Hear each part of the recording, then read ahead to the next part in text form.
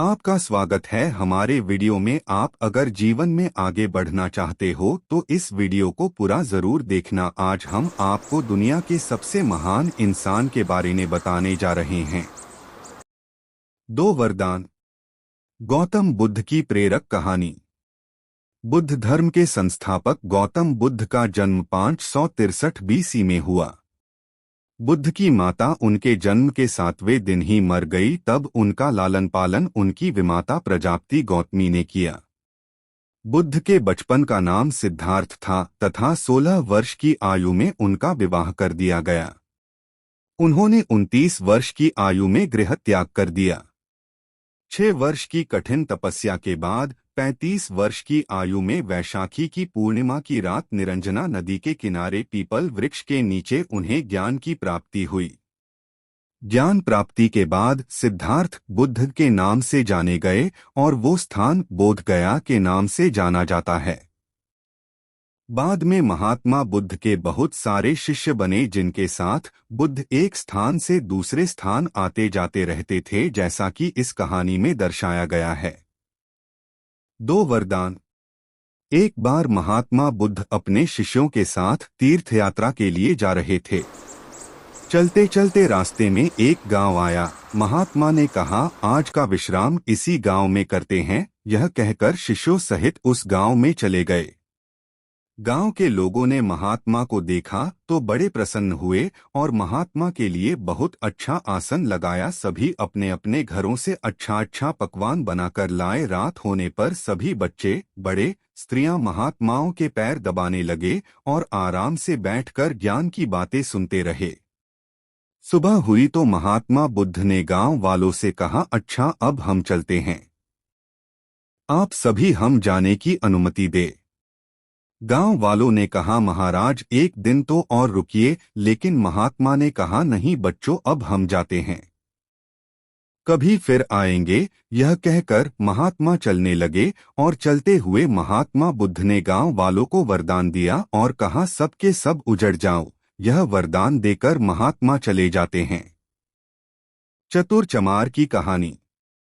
चलते चलते शाम हुई तो महात्मा एक दूसरे गांव में पहुंचे। वहां पहुंचते ही बच्चों का बड़ा सा झुंड दौड़ा आया और महात्माओं को चारों तरफ से घेर कर कोई मिट्टी फेंकता है तो कोई कीचड़ फेंकता है।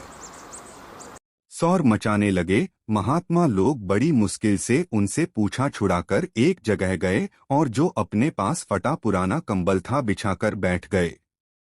काफी देर बाद गांव के कुछ बड़े व बूढ़े आए। वे सब भी महात्माओं को देखकर हंसने लगे और मजाक उड़ाने लगे। एक जवान ने तो महात्माओं का कंबल ही छीन लिया और कहा, इनके क्या काम आएगा, कम से कम मेरी भैंस तो उड़ेगी। वे महात्माओं का अपमान करते हुए चल गए। अपमानी गांव। महात्माओं ने भूखे प्यासे रहते हुए बड़ी मुश्किल से रात बिताई। सुबह होते ही महात्मा चलने लगे और चलते हुए महात्मा बुद्ध ने गांव को वरदान दिया कि सबके सब बसे रहो। कंजूस सेठ। गांव से काफी दूर जाने के बाद जंगल में एक तालाब आया और कुछ फल के पेड़ नजर आए तो महात्मा बुद्ध ने कहा, बच्चों यहाँ थोड़ी देर विश्राम करते हैं। वहां महात्मा लोग फल खाते हैं और तालाब का शीतल जल पीते हैं। तब एक शिष्य ने कहा, महात्मा क्षमा करे, हमें एक बात खटक रही है, आप नाराज न हो तो हम पूछ सकते हैं। तब महात्मा बुद्ध ने कहा, बोलो बच्चों क्या जानना चाहते हो। शिष्य ने कहा, महात्मा जिस गांव में हमारी अच्छी सेवा हुई वहां के कितने अच्छे लोग थे। उन लोगों को तो आपने वरदान दिया कि उजड़ जाओ, और जिस गांव में हमारा अपमान हुआ उन लोगों को आपने वरदान दिया कि बसे रहो। ऐसा क्यों महाराज। तब महात्मा बोले, देखो बच्चों, पहले गांव में कितने अच्छे विचारों के आदमी थे। वह आदमी उजड़ जाएंगे तो दुनिया के कोने कोने में फैल जाएंगे और जहां भी जाएंगे सभी को अच्छे विचार सिखाएंगे। इसलिए मैंने उनको उजड़ जाने का वरदान दिया। और जो दूसरा गांव था वहां के लोग पापी व बेवकूफ थे।